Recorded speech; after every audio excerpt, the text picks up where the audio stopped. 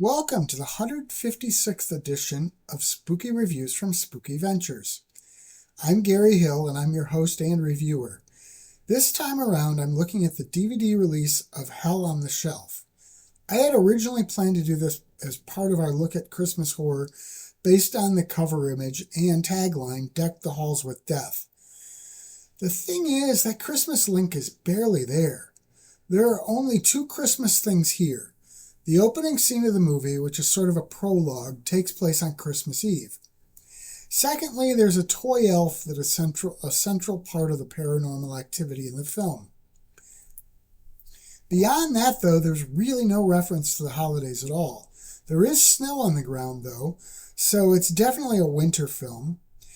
So I held this one as the last movie I'm doing for my Christmas-based stuff. And I did the more explicitly holiday-based stuff earlier.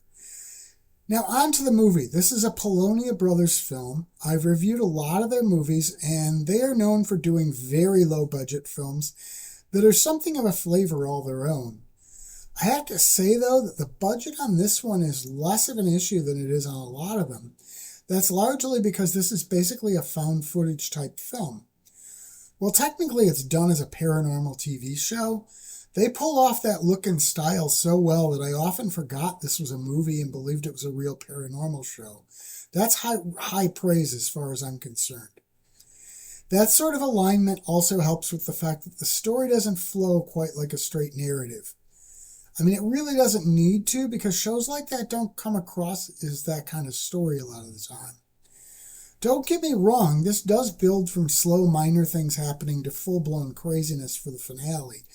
It's just that some things in the story don't always seem to gel. Some of that can be attributed to unreliable narrators, either because they don't know what's going on or because they are not being entirely truthful. This is actually one of the most effective films from the Polonia Brothers. I generally like their movies, so that says a lot. It does move a little slowly, especially early, but it grows nicely. There aren't really a lot of bonus materials here, but as I always say, people don't usually buy movies for the bonuses, and this movie is worth watching. Spooky Ventures is the home for spooky content and spooky merchandise on the web. Check it out today at spookyventures.com. And remember, always keep it spooky.